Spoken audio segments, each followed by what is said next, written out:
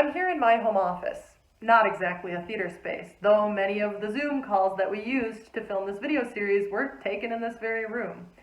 Today we take on Scene 3, a challenging scene that deals with some complex social issues. For this scene, seniors Sam Larson and Abby Norstad really needed the proximity of the stage space to help them build the dynamic between their two characters. But we didn't have that because we moved to a virtual setting. The thing that makes this scene work, regardless of where we stage it, is the relationship and trust between the actors. On today's episode, we talk about those relationships and how actors build trust as these two seniors reflect back on their experience in the theater program. I'm Abigail. I go by Abby most of the time. I'm in 12th grade, and then I play Mary. She is a karate instructor. I'm Sam. I am in 12th grade. I play the crazy homeless man in this scene named Phil. Well, okay, so I hadn't really done much.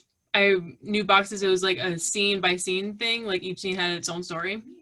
And at the audition, Catherine, she was like, Phil, like he like tries to force himself on Mary, and I was like, oh, well, gosh, I wonder if I'm gonna get Phil, like as a joke. And then I got Mary, and I was like, oh, and so it just really surprised me. I guess that was like the first time I found out that that was what the scene was, and so my first impression of it was like, well, I wonder what they're gonna do about this with COVID and everything, because you have to get close, and it's just, it's interesting.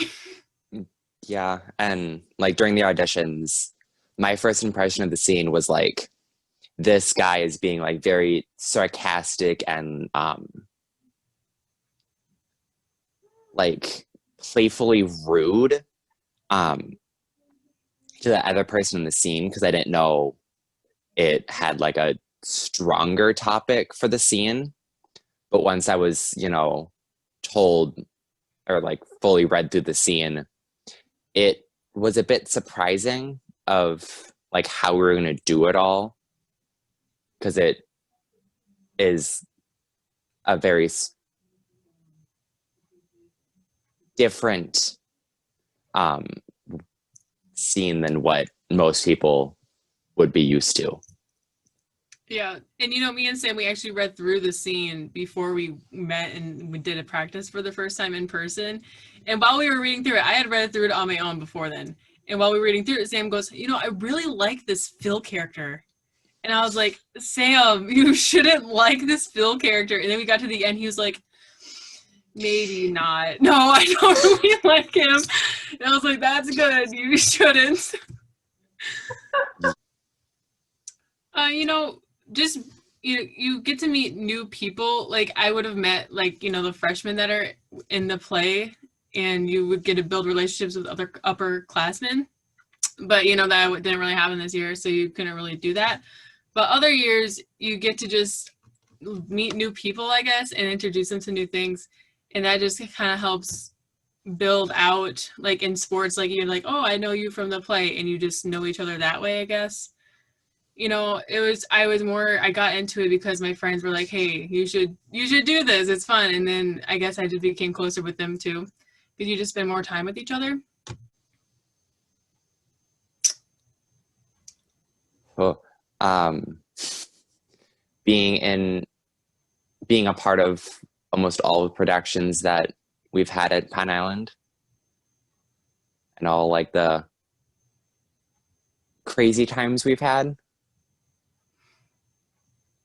I really liked James and the Giant Peach. I thought that was really fun. And then last year was basically my first time being in like a musical, and so that was a new experience. But James and the Giant Peach, I was in the pit, and so that was really fun to play the music for that, and being able to see everybody from down below.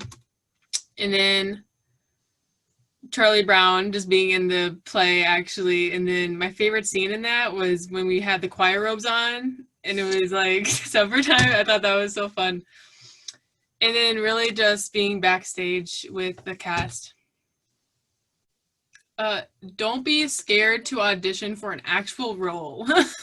I did like crew, like all the time until last year, and I regret it. So audition for everything. Yeah.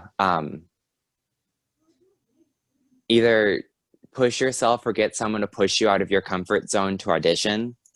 Because like being in stage crew, it is fun, but being on stage with the whole cast during the whole practice thing is a lot more fun, and you get to build more relationships with other people. Because like theater, it gets you more out of your comfort zone. So it wasn't probably till last year that I really started using it more, because I never got out of my comfort zone till then. So Yeah, I guess, yeah, pushing yourself out of your whole comfort zone and do stuff that you wouldn't really normally do. yeah. I mean, yeah, I've just become more confident just in myself, I guess. So, and I don't want to, theater hasn't made me more decisive because I'm very indecisive already, but it has helped me make decisions. That's a mood.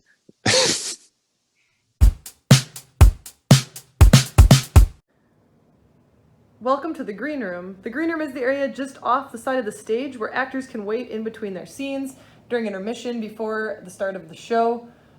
It's also connected to the dressing room, so if there's a costume change or makeup needs to be touched up, they have easy access to that space. And right through this door,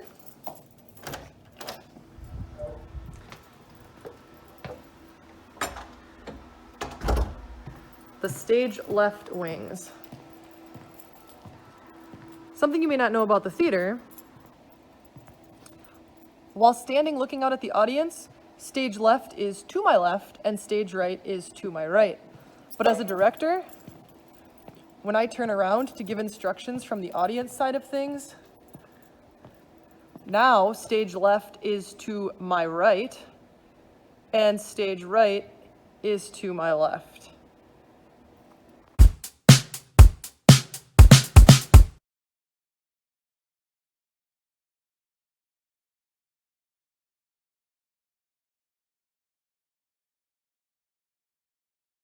At rise, Mary enters and proceeds to cut the flap off the box. Having removed it, she takes out a marker and begins to write on the flap. Phil enters. What have you done? How dare you? What's the matter?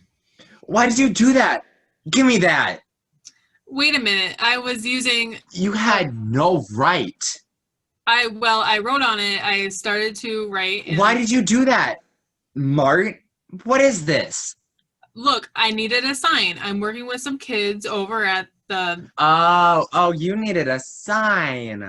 Yes, we're setting a display up at the community fair. You needed a sign.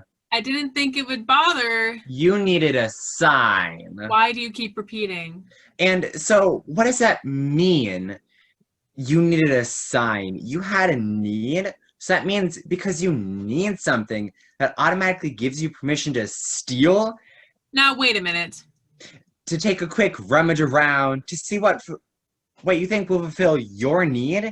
And then, with no regard for consideration of personal property, you just vandalize and steal? Now, come on. Vandalize, defile, destroy, and steal to fulfill your need. You've got to be joking. Oh, we don't know each other. You must not realize when I'm speaking like this, my face is set like this, I am definitely not joking. Is there something I'm not seeing here? This is a box, an empty cardboard box. I admire your skills of perception. Amazingly acute. You know, I don't appreciate your sarcasm. You don't appreciate my sarcasm? No. You find it what? Disrespectful? Rude? Exactly. Like you said, I don't know you. Just curious, what do you find more disrespectful, more rude, more intrusive, more criminal, even... I know where you're going. Among perfect strangers, what's more criminal? A few words with a particular tone, or out-and-out theft of that perfect stranger's property. So this is your box. So astute. I'm sorry, but I don't see your name on it. My God, have we suddenly devolved into third graders? My name on it? Is this your property? Are we standing on your property right now? No, this is an alleyway. As far as I know, this isn't anybody's property. As far as you know. An alleyway does not belong. As far as you know. They're repeating again. And just how far do you know, pray tell? Do you happen to be an expert in property law? You know what? Forget it. If this is your alleyway, It is. then congratulations on your ownership of a gorgeous alley. My apologies for trespassing, and I certainly hope you enjoy your box as in your alleyway. Forgive me, I was just trying to set up a thing with these kids. With kids? Well, why didn't you say so? I did earlier. Because if you're setting something up for children, why then you have every right in the world to steal things, Mart.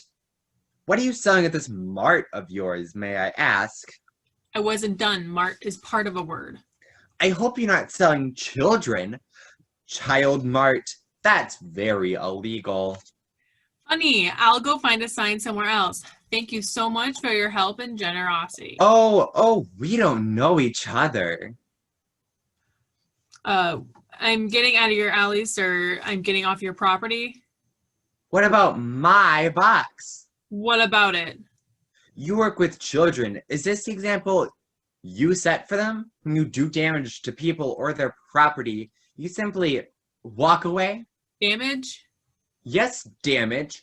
The box is not in the same state it was when you found it.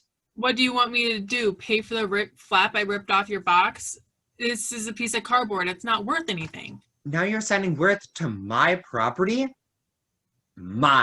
You claim to have expertise in all kinds of areas, don't you? Okay, fine. What do you want? A buck? Here you go. Now get out of my way. $1? Let me ask you something. I'm busy. No.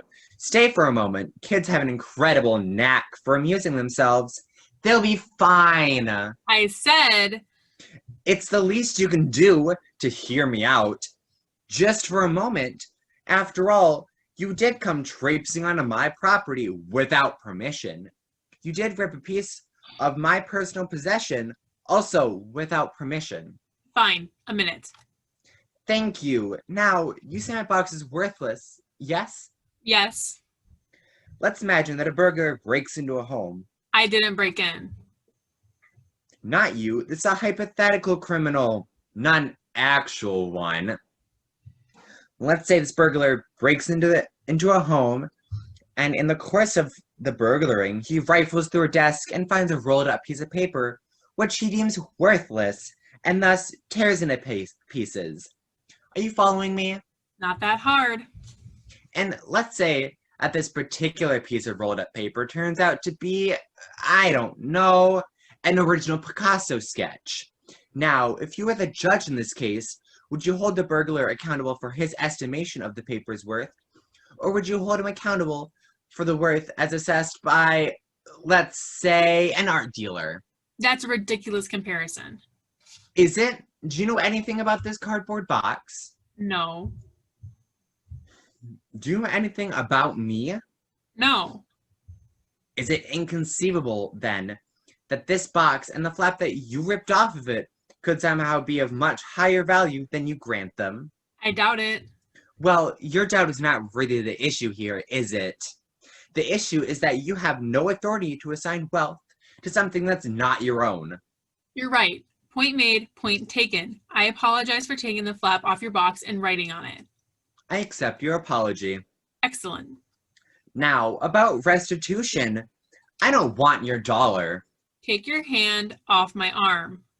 Your dollar will not suffice as restitution. I said take your hand. My hand is removed, for now.